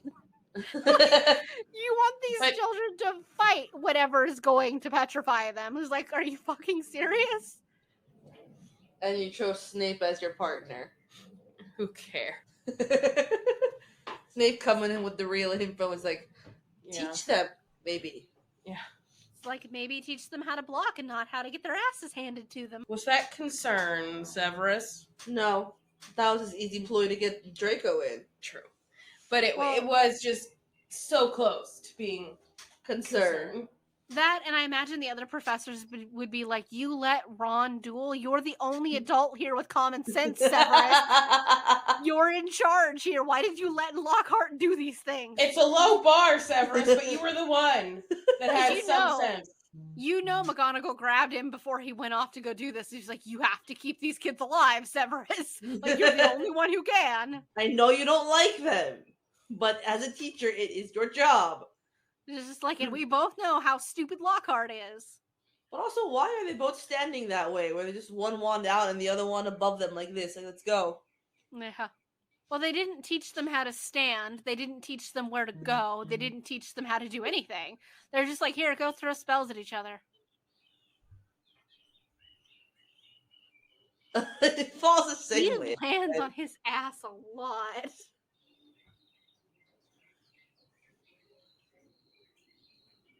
That's not disarming, but alright. I'm gonna throw a snake at you. Honestly, Severus, let the snake bite him. Just let it bite him. This poor snake. The snake just went up in air. Literally just flew in the air and went back down. And I'm not usually like the snake's biggest fan, but I'm just like, this poor snake. Didn't honestly. Like, it was conjured from wherever it probably actually lived to come hang out on this table and get flung around by idiot children. Idiot adults, not even children. Lockhart doesn't count as an adult. Okay, like, let's be honest. Okay. I'll agree to that. Why does that child, I think that's Ernie Macmillan, if I remember correctly. That's Ernie. The one that's getting threatened by the snake. Why does he simultaneously look like he's 14 and 40? I'm sorry, I didn't summon the goddamn thing. What do you mean, what am I playing? Right? I didn't summon out of thin air. I just told him, I just talked to it. Well, he doesn't know what he sounded like, but... I love how surprised all these people are when Harry's just like, he does something and like, he's just like, I didn't know. Also, it's just so weird, the random ass shit that Hermione knows. She's like, she knows what a parcel mouth is. And I'm like, that's supposed to be such an incredibly rare thing. And she just happens to know that. And it's just like, are you crazy? Well, Ron knew it, so I don't know. But, like, I feel like at some point, like, that's probably, like, a boogeyman thing that gets told to, like, children and stuff like that.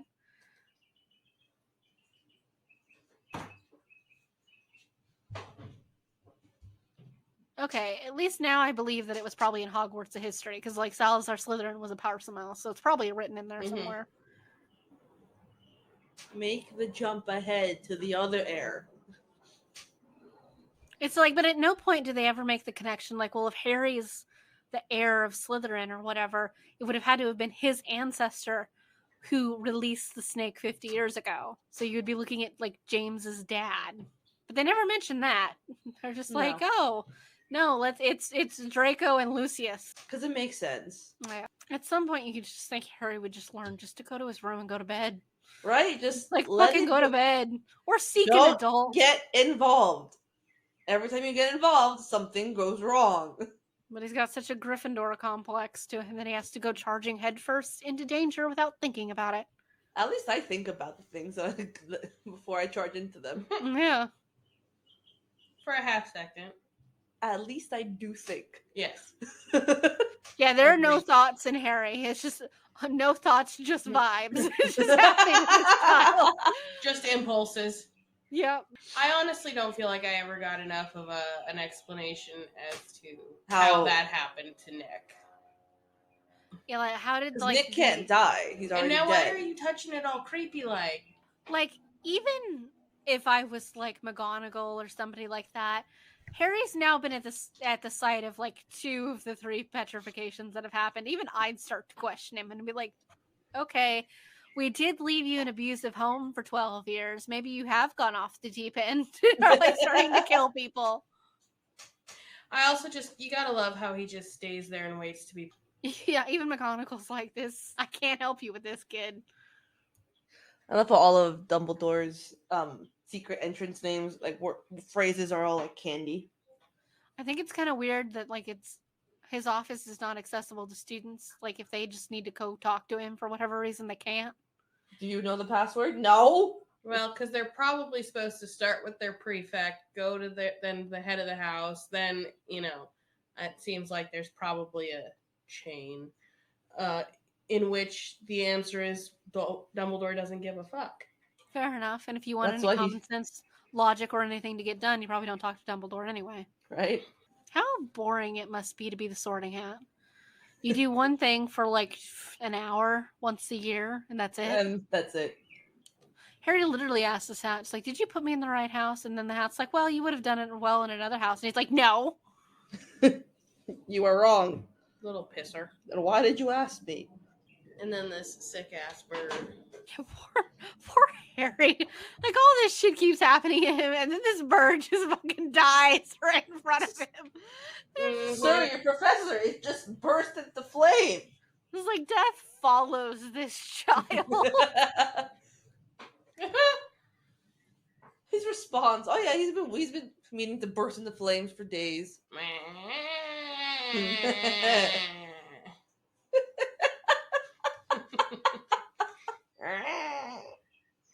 Tell me I'm wrong. You're not wrong. But I want to know how that one bird can carry 2 or 3 people via its tail. Like, you're holding it. One of the tail feathers just come right out. You would think so. I mean, they come out because they're one of the cores in wands, so. Yes, thanks. No, you're not smart enough. We know. Dumbledore's like, child, you're 12, and you live a very sheltered, weird life. No, I don't think it was you. Like, you didn't know you were a possum mouth until a couple days ago. Yeah. Also, Harry talking to snakes is definitely not a secret because the entirety of the dueling club just saw him do it. So why is he hiding it from Dumbledore? Yeah. Like, it's not a secret. The whole school knows he can do it now. How much I would not trust a sleigh over a frozen lake, especially when I knew had a giant squid and mer people in it. The giant squid. There's a theory that the giant squid is actually Godric Gryffindor's animagus form, and he's just been living as the squid, like, for all these years. The TikToker Chan Willis, the one that does the McGonnagall stuff. Yeah, she's got the little, little clips where she's talking to Dumbledore like at his grave. It's like, you were the only one that could talk to the thing. What am I supposed to do? I need to find it a mate or something. Yeah, that would be a very boring life to be a giant squid in a lake. Also, is it a saltwater lake? Because a squid's not a freshwater creature. She'd be fucked with us too. Mm-hmm. Any hair you find on my body is 90% a cat. But how long is the hair of this cat? Yeah, that's true. Also, the hair that she had, like, in that little vial that Hermione had, extremely thick. Like, that is string, like, level of thickness. Like, that looks like a porcupine quill, not a hair. Of a cat. Yeah. Or maybe part of a lion's mane, but not just a little house kitty. Or definitely not the hair of a person. You have 1, 2, 3, 4, 5, 6, 7, 8, 9. At least 10 cakes in your hand. Also, didn't those have paper on them and they just bit, like, right into the sides? Like, Hermione put them there and they had paper on them, and now those kids just bit right into the sides of them. Paper and all. Also, Hermione just drugged 2 students. Like, she's 12. She's really lucky she got the dosage right and didn't just kill these kids in some kind of magical overdose. Also, I'm not drinking anything with hair. No. She didn't drink very much of it. No, she took like a sip. Harry's the only one who keeps chugging this shit. Oh. Isn't the description in the book like it's really chunky and stuff like that? Yeah. Like, and it tastes according to the essence of the person. So, like, crabs taste and smells different than Goyles, than everyone else, I don't know how I would feel if I started seeing my body, like, start to boil and blister. No, I would just leave. Like, my soul has left my body at that point. I'd be like, no. You gotta give these boys credits. They're, 12 years old, and they're acting as someone else, pretending to be them. Yeah. Now, if they still sound like themselves, how is it that Barty Crouch Jr. got away with being Mad Eye Moody for so long? I never recall hearing that they still sound the same when they're in polyjuice form. For one thing, that wouldn't make any fucking sense because your vocal cord shape would change. And the shape of your mouth, too. Yeah. So air traveling up that. Yeah, so there's no way you should sound the same. Because, like, Hermione as Bellatrix also sounded like Hermione. It must just be something. Mad Eye Moody, but Barty Crouch Jr. sounded exactly like Mad Eye Moody. It has to be just a movie thing, I would think, just for the purposes of keeping the characters straight for the audience. I love that the line, like, I didn't know you could read. Yeah, that's improvised. Yeah. He forgot his lines. You can see how much dried hair gel he has in his hair in that scene. Like, it looks like somebody tried to frost this child with icing. Like, what the fuck? Poor boy had to constantly bleach his hair. I know. It started to fall out and everything because of how much they bleached it. I love the look of the Slytherin common room. It's so nice. That couch alone. I want that couch.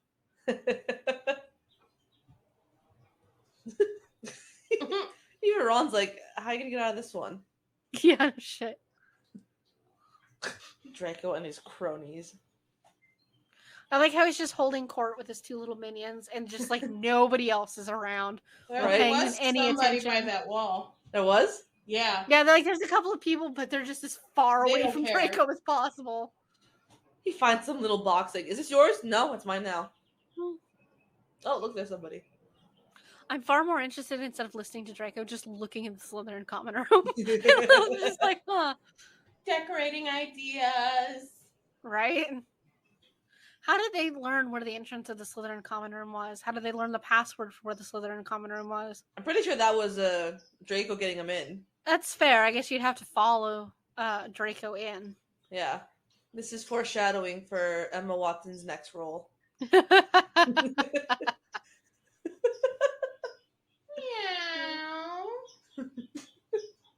How does she explain to Madame Pomfrey what the hell happened to her?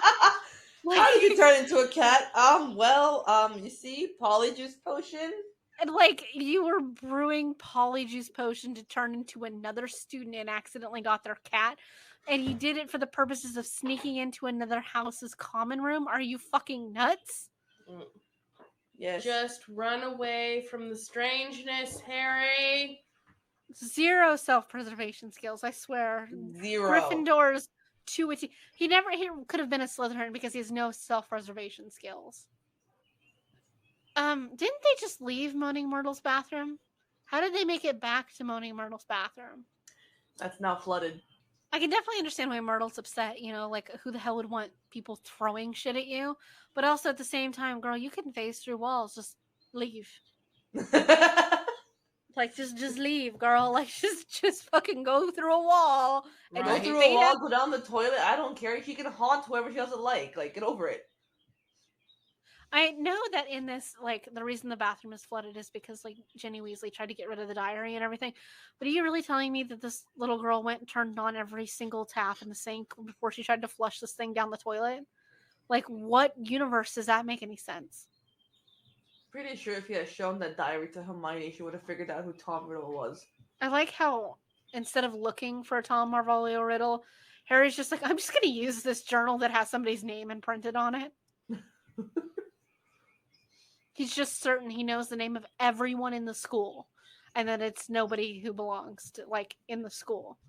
So instead of asking anybody, literally anyone, if they know a Tom Riddle, he's just like, I'm just going to write in and it's cool. What a journal entry. My name is Harry Potter. Holy shit, Harry. I'll give Tom some credit. He's got decent handwriting. Mm-hmm. The Muffin Man. The Muffin Man? The Muffin Man! Why would that be your first question to the journal? Like how's this work? Right off the bat. Just like, do you know anything about the Chamber of Secrets? Not like, hey, how the fuck are we having a conversation out of a journal right now, my dude? Can you tell me how to write better? No. No, he cannot. Yeah, I but know I can show Radcliffe you. apparently has a condition in which his handwriting results in his handwriting being really bad. Really? What does it say about me? Because mine's chicken scratch. You've seen my handwriting, right? Like let's be real. Let's be real here. I'm gonna win any bad handwriting competition we have, girl. Isn't that Addie's birthday? June 13th? Yeah. I don't remember. Yet this diary absorbs Harry into it. He sees a bunch of like flashbacks and shit like that.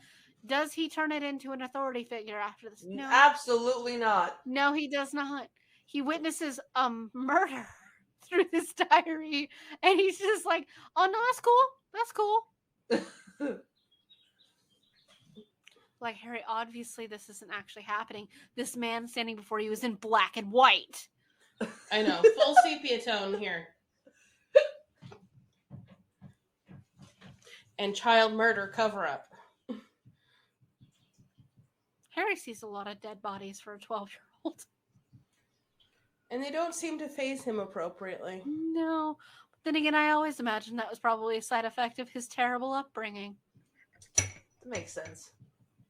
That is not Huh? So the Dumbledore never realized something was... Like, he understood that there was something off about Tom. But as the years get older and he develops, like, he becomes more and more obviously sociopathic. Mm-hmm. Yeah, no, he suspected him. He suspected him the whole time before the kid ever even went to the school, that the kid was a psychopath. But interestingly enough, that is not a Slytherin like crest on Tom's uniform. That's not any of the Hogwarts crests. Is that a prefect badge? No, he wouldn't have been a prefect. What he was? A yeah, prefect. he was. He was also head boy. Head boy. Oh, is that what? I wonder if that's what that is. Yeah, it's possible because the prefect badge and the head boy and girl badge just look the same, just with different words. Just with the words, yeah.